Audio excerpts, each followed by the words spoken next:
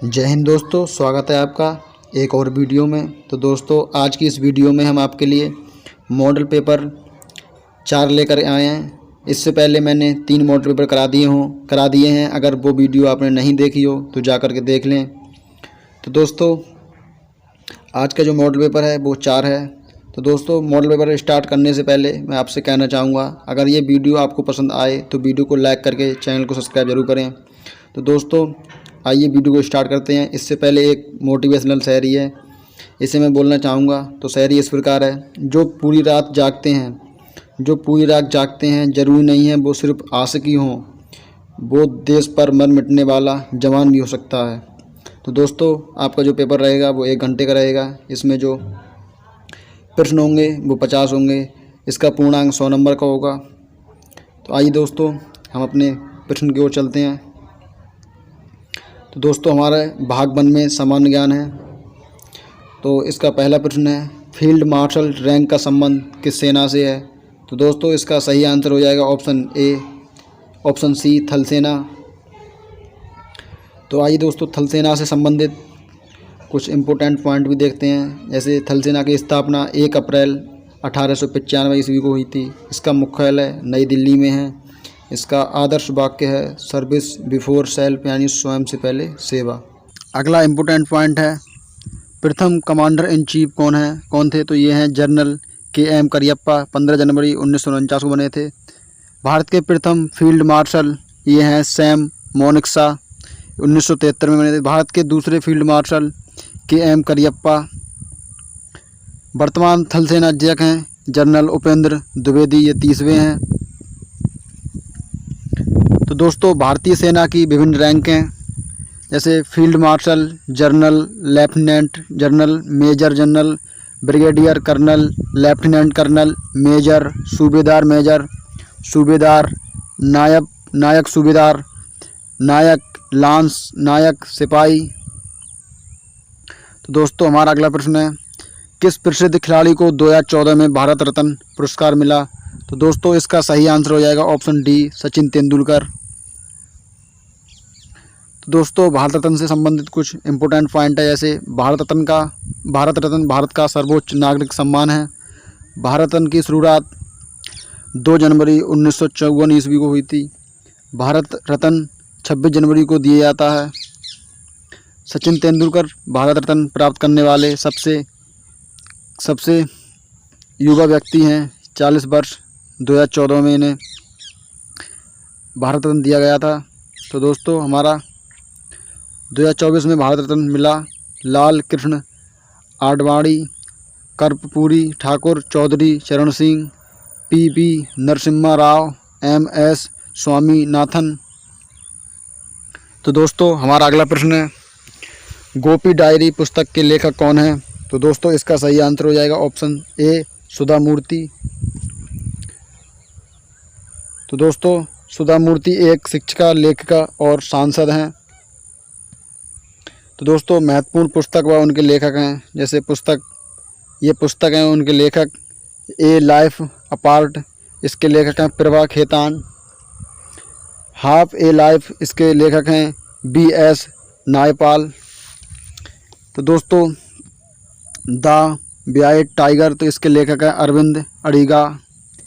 A flight of pigeons, इसके लेखक हैं रस्किन बॉन्ड। तो दोस्तों, हमारा अगला प्रश्न है, निम्न में से 86वां संविधान संशोधन 2002 द्वारा संविधान में कौन सा मूल कर्तव्य जोड़ा गया? दोस्तों, इसका सही आंसर हो जाएगा ऑप्शन सी, 11वां। तो दोस्तों, 11वां मौलिक कर्तव्य संविधान के भाग 4 का में अनुच्छेद 51 का में वर्णित है। 42वें संविधान संशोधन 1976 के तहत संविधान में 10 मौलिक कर्तव्य जोड़े गए। 11वां मूल कर्तव्य, अभिभावकों को दायित्व है कि 4 से 14 वर्ष के बच्चों को निःशुल्क व अनिवार्य शिक्षा प्राप्त करवाएं। तो दोस्तों, ये नोट पॉइंट है। वर्तमान में मौलिक कर्तव्यों की संख्या 11 है। दोस्तों, हमारा अगला प्रश्न है, मोहम्मद शमी का संबंध किस खेल से है? तो दोस्तों, इसका सही आंसर हो जाएगा ऑप्शन ए, क्रिकेट। तो मोहम्मद शमी भारतीय क्रिकेट टीम के बॉलर हैं। 9 जनवरी 2024 को मोहम्मद शमी को अर्जुन अवार्ड से सम्मानित किया गया।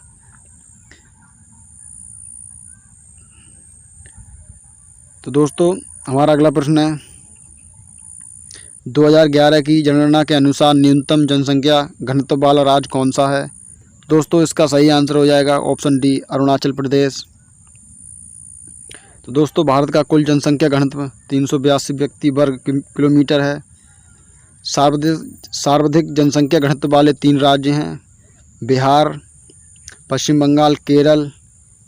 न्यूनतम जनसंख्या वाले 3 राज्य हैं अरुणाचल प्रदेश, मिजोरम, सिक्किम। सर्वाधिक जनसंख्या घनत्व केंद्र शासित प्रदेश है दिल्ली।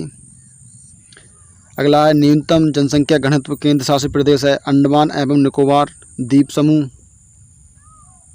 अगला है निम्न में से कर्नाटक की कोलार खाने किसके लिए प्रसिद्ध हैं? तो दोस्तों इसका सही आंसर हो जाएगा ऑप्शन बी, सोना। कर्नाटक में प्रमुख खनिज हैं स्वर्ण, सोना, गोल्ड यानी धातु। हड्डी सोना खान भारत की सबसे बड़ी सोने की खान है। कोलार की खानें, Kolar gold fields Karnataka Asia की सबसे बड़ी सोने की खान। भारत की सबसे पुरानी और गहरी सोने की खान कोलार गोल्ड फील्ड्स खान है। तो दोस्तों हमारा अगला प्रश्न है, निम्नलिखित में से राजस्थान में पुष्कर शहर में किस प्रसिद्ध हिंदू देवता का मंदिर है? तो दोस्तों इसका सही आंसर हो जाएगा ऑप्शन ए, ब्रह्मा जी का मंदिर। तो दोस्तों यहाँ कुछ प्रमुख मंदिर हैं तथा उनके ये कौन से राज्य में स्थित हैं वो दिए हैं, जैसे मोढेरा का सूर्य मंदिर, सोमनाथ मंदिर ये गुजरात में है। सबरीमाला मंदिर, ब्रह्मानाम स्वामी मंदिर ये केरल में है। इसी प्रकार दोस्तों कामाख्या देवी मंदिर, नवग्रह मंदिर ये असम में है। कोणार्क का सूर्य मंदिर, जगन्नाथ मंदिर, पुरी लिंगराज मंदिर ये उड़ीसा में है। कंदरिया महादेव मंदिर, खजुराहो मंदिर, लक्ष्मण मंदिर ये मध्य प्रदेश में है। इसी प्रकार दोस्तों मीनाक्षी मंदिर, ब्रह्मदेश्वर मंदिर, गणेश रथ मंदिर, बैकुंठ पेरुपल मंदिर ये तमिलनाडु में है। दोस्तों हमारा अगला प्रश्न है, उच्चतम न्यायालय में मुख्य न्यायाधीश सहित न्यायाधीशों की अधिकतम स्वीकृति पद कितने हैं? तो दोस्तों इसका सही आंसर हो जाएगा ऑप्शन डी, 34। तो कुछ इंपॉर्टेंट पॉइंट हैं, जैसे सर्वोच्च न्यायालय में एक मुख्य न्यायाधीश व अन्य न्यायाधीश सहित 33 + 1 सदस्य हैं। जैसे सर्वोच्च न्यायालय का गठन 8 जनवरी 1950 ईस्वी को हुआ था। सर्वोच्च न्यायालय का मुख्य न्यायालय नई दिल्ली है। सर्वोच्च न्यायालय के प्रथम मुख्य न्यायाधीश हीरालाल जे कानिया हैं। सर्वोच्च न्यायालय के वर्तमान में 52वें मुख्य न्यायाधीश न्यायमूर्ति BR गवई हैं। अगला प्रश्न है, कर्नाटक राज्य के वर्तमान मुख्यमंत्री कौन हैं? तो दोस्तों इसका सही आंसर हो जाएगा ऑप्शन बी, के सिद्धारमैया। तो दोस्तों कर्नाटक का गठन 1 नवंबर 1956 ईस्वी को हुआ था। इसकी राजधानी है बेंगलुरु।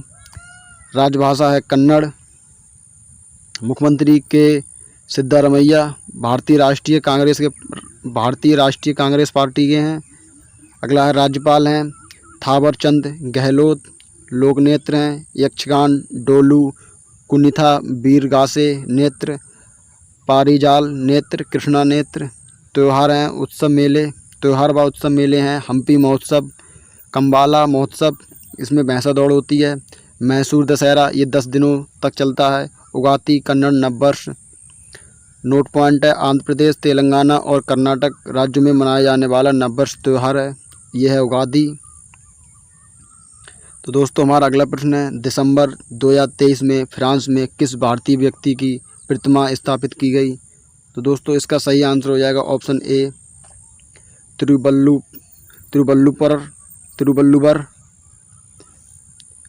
तिरुवल्लुवर फ्रांस के सैरगी में तमिल कवि और दार्शनिक तिरुवल्लुवर की प्रतिमा 10 दिसंबर 2023 को स्थापित की गई।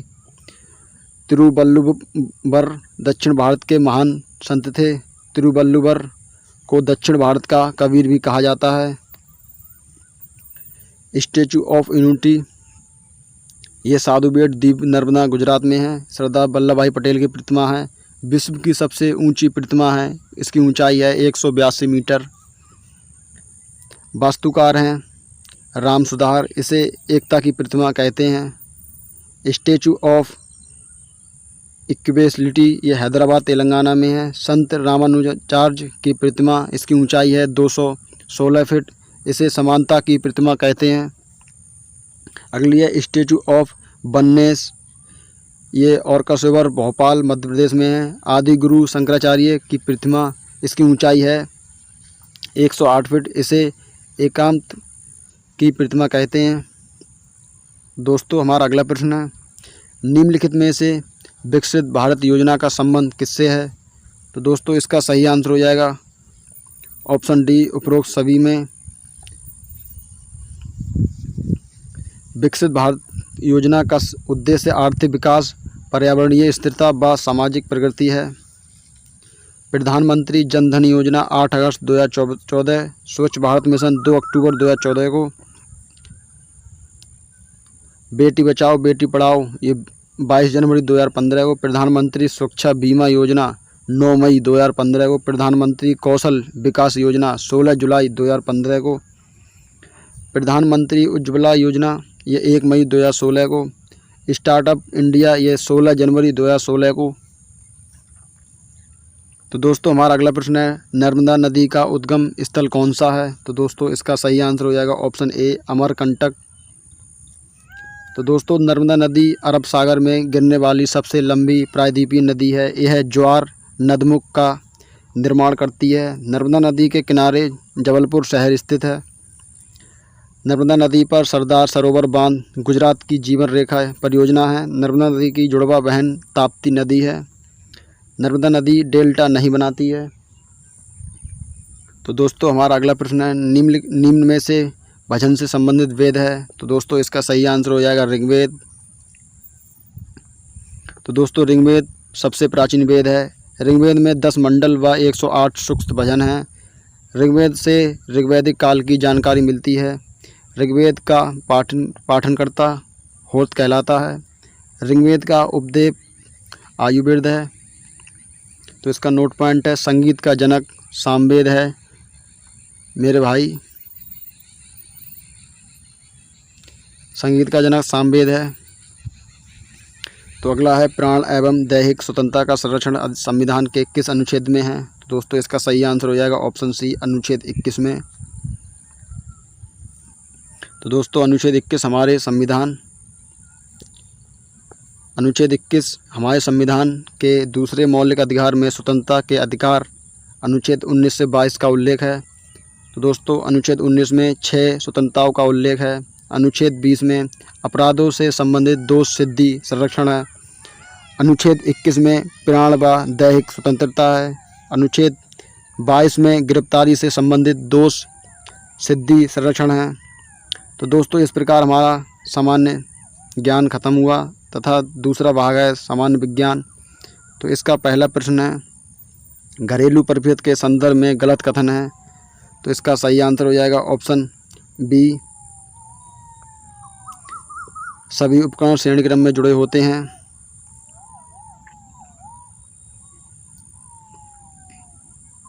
तो दोस्तों घरेलू परिपथ, घरों में प्रतिवर्ती धारा AC प्रवाहित होती है। घरों में 220 वोल्ट व 5 हर्ट्ज पर विद्युत होती है। घरों में सभी उपकरण समांतर क्रम में जुड़े होते हैं।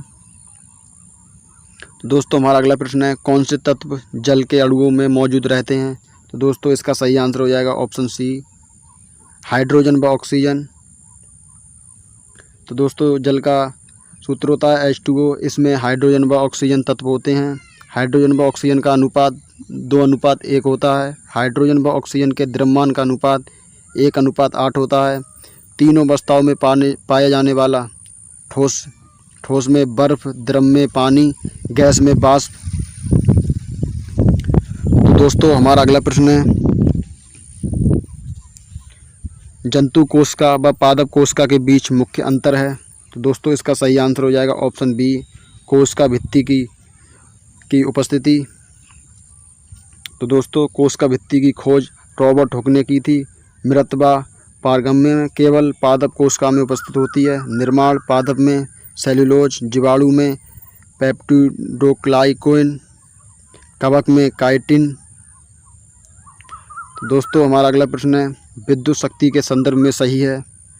तो दोस्तों इसका सही आंसर हो जाएगा ऑप्शन ए, प्रवाहित धारा व विभवांतर का गुणनफल। तो दोस्तों विद्युत शक्ति किसी परिपथ में प्रवाहित धारा व विभवांतर का गुणनफल विद्युत शक्ति कहलाता है। P बराबर B गुणा I। मात्रक होता है वोल्ट, एम्पियर या वाट। अन्य मात्रक अश्व शक्ति हॉर्स पावर 1 HP में, HP में अश्व शक्ति हॉर्स पावर 1 HP में 746 वाट होते हैं। ये एक अदिश राशि है। तो दोस्तों हमारा अगला प्रश्न है, कोशिका एक कोशिकांग है। तो इसका सही आंसर हो जाएगा ऑप्शन बी, माइटोकॉन्ड्रिया। माइटोकॉन्ड्रिया सूत्रकणिका खोज कोलिंकर व आल्टमान ने। अन्य नाम है इसके। कोशिका का शक्तिग्रह पावर हाउस। कार्य है ATP के रूप में ऊर्जा का निर्माण करना। दोहरी झिल्ली वाला कोशिकांग है। ये अर्धसंयत अंग है। कोशिका के अंदर कोशिका वाला कोशिकांग है। दोस्तों अगला प्रश्न है, 6 रोग किससे संबंधित रोग है। तो दोस्तों इसका सही आंसर हो जाएगा ऑप्शन सी, फेफड़े। तो दोस्तों ये कुछ रोग हैं व उनसे प्रभावित अंग, जैसे TB 6 रोग से फेफड़े प्रभावित होते हैं। टाइफाइड से छोटी आंत प्रभावित होती है। रेबीज से तंत्रिका तंत्र प्रभावित होता है। पोलियो से तंत्रिका तंत्र प्रभावित होता है। हेपेटाइटिस से यकृत प्रभावित होता है। तो दोस्तों हमारा अगला प्रश्न है, किसमें संपीड़ितता सबसे अधिक होती है। तो दोस्तों इसका सही आंसर हो जाएगा ऑप्शन बी, नाइट्रोजन। तो नाइट्रोजन संपीड़ितता का गुण शाब्दिक गैसों में पाया जाता है। आदर्श गैस वह गैस जिन्हें 100% संपीड़ित किया जा सकता है। इन गैसों में दाब का ध्वनि के वेग पर कोई प्रभाव नहीं पड़ता। वास्तविक गैस वह गैस जिन्हें 100% संपीड़ित नहीं किया जा सकता। इन गैसों में बाद बढ़ाने पर ध्वनि का वेग बढ़ता है। तो दोस्तों अगला प्रश्न है, शुक्राणु से कौन सा अंग संबंधित है। तो दोस्तों इसका सही आंसर हो जाएगा वृषण। तो दोस्तों वृषण क्या होता है, ये नर जनन ग्रंथि नर का मुख्य जनन अंग है। अंडाशय मादा जनन ग्रंथि मादा का मुख्य जनन अंग है। दोस्तों हमारा अगला है, अंडा वाहिनी फिलोपियन ट्यूब, ये निषेचन की क्रिया होती है। वृक्क मानव का मुख्य उत्सर्जी अंग है। शुक्रवाहिनी शुक्राणु को जनन मार्ग में लाने वाली नलिका। दोस्तों हमारा अगला प्रश्न है, श्वसन वर्णक है। तो इसका सही आंसर हो जाएगा ऑप्शन ए, हीमोग्लोबिन। दोस्तों रक्त का रंग हीमोग्लोबिन के कारण लाल होता है। मायोग्लोबिन मांसपेशियों का रंग लाल। वायुकोश श्वसन की इकाई। कोशिका शरीर की सबसे छोटी इकाई। यूरोन तंत्रिका तंत्र की इकाई। तो दोस्तों अगला प्रश्न है, ऊर्जा का मात्रक है। तो इसका सही आंसर हो जाएगा ऑप्शन सी, जूल। तो दोस्तों जूल का मात्रक कार्य ऊर्जा ऊष्मा का मात्रक जूल होता है। इसी प्रकार न्यूटन बल का मात्रक है। दाब का मात्रक पास्कल है। शक्ति का मात्रक वाट। आवेश का मात्रक कूलाम है। तो दोस्तों हमारा अगला प्रश्न है, पेंसिल में किसका उपयोग किया जाता है। तो दोस्तों इसका सही आंसर ऑप्शन बी हो जाएगा, ग्रेफाइट। ये ग्रेफाइट कार्बन का स्थायी अपर रूप है। विद्युत का सुचालक है। ये संरचना षटकोणीय परतदार, बल दुर्बल वंडरवल संकरण होता है। इसमें sp2 संकरण, बंद कोण 120 डिग्री उपयोग होता है इसका। सीसा पेंसिल इलेक्ट्रोड परमाणु भट्टी में। तो दोस्तों हमारा अगला प्रश्न है, ऑक्सीजन युक्त रक्त कहाँ पाया जाता है। तो इसका सही आंसर हो जाएगा ऑप्शन ए, बायां आलिंद में। तो बायां आलिंद फेफड़ों से सर्वप्रथम ऑक्सीकृत रक्त आता है। दायां आलिंद, इसके शीर्ष पर पेसमेकर पाया जाता है। दायां निलय ये सबसे छोटा कक्षक है। बायां निलय यह सबसे बड़ा कक्षक है। तो दोस्तों हमारा अगला प्रश्न है, बल व विस्थापन का गुणनफल क्या कहलाता है। तो इसका सही आंसर हो जाएगा ऑप्शन ए, कार्य। तो दोस्तों कार्य बल व विस्थापन का गुणनफल कहलाता है। ऊर्जा कार्य करने की क्षमता होती है। दाब एकांक क्षेत्रफल पर लगने वाला बल दाब कहलाता है। बल वह एकांक जो किसी वस्तु पर त्वरण व मंदन उत्पन्न कर दे, उसे दोस्तों बल कहते हैं। दोस्तों अगर ये वीडियो आपको पसंद आ रही हो तो वीडियो को लाइक करके चैनल को सब्सक्राइब जरूर करें। तो दोस्तों हमारा अगला प्रश्न है, ठोस से द्रव में परिवर्तन क्या कहलाता है? तो इसका सही आंसर हो जाएगा ऑप्शन सी, मेल्टिंग या पिघलना। तो दोस्तों ठोस से द्रव में गलन या द्रवण कहलाता है। द्रव से ठोस में हिमीकरण या जमाव कहलाता है। जमाव। द्रव से गैस में ये आसवन या बाष्पन या क्वथनांक कहलाता है। अगला है, गैस से द्रव में यह संघनन कहलाता है। ठोस से गैस में ये ऊर्ध्वपातन कहलाता है। गैस से ठोस में ये निक्षेपण कहलाता है। तो दोस्तों हमारा अगला प्रश्न है, पीयूष ग्रंथि कहाँ उपस्थित होती है? तो दोस्तों इसका सही आंसर हो जाएगा ऑप्शन बी, हाइपोथैलेमस के नीचे। तो दोस्तों यहाँ पर इम्पोर्टेंट पॉइंट है, जैसे ग्रंथि व उनका स्थान है। जैसे दोस्तों पीयूष ग्रंथि अग्र मस्तिष्क में पाई जाती है, पीनियल अग्र मस्तिष्क में, हाइपोथैलेमस अग्र मस्तिष्क में, थायराइड गले में, पैराथायराइड थायराइड ग्रंथि में, थाइमस हृदय के पास, एंट्रिनल वृक्क के ऊपर, अग्नाशय अमाशय के नीचे, वृषण कोश में, अंडाशय उदर गुहा में। दोस्तों इस प्रकार हमारा भाग 2 भी समाप्त हुआ।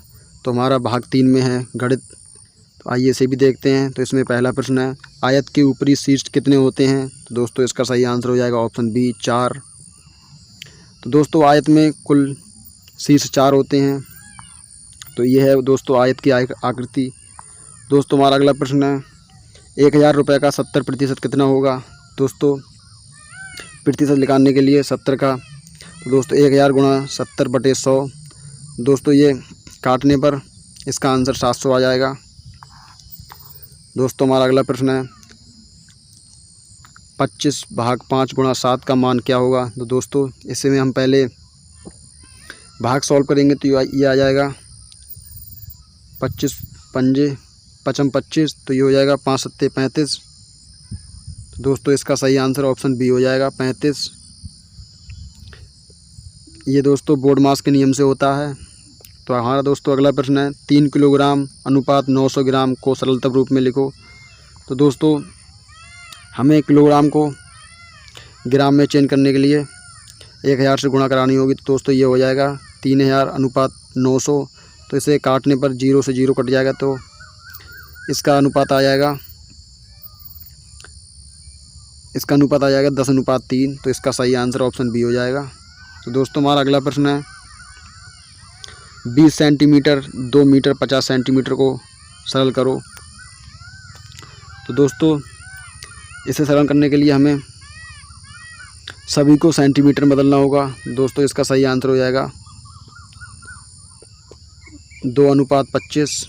तो अगला प्रश्न देखते हैं। तो दोस्तों हमारा अगला प्रश्न है, 3 मीटर 660 सेंटीमीटर को सरल करो। तो दोस्तों मीटर को सेंटीमीटर में बदलने के लिए हमें दोस्तों 100 से गुणा करानी होगी।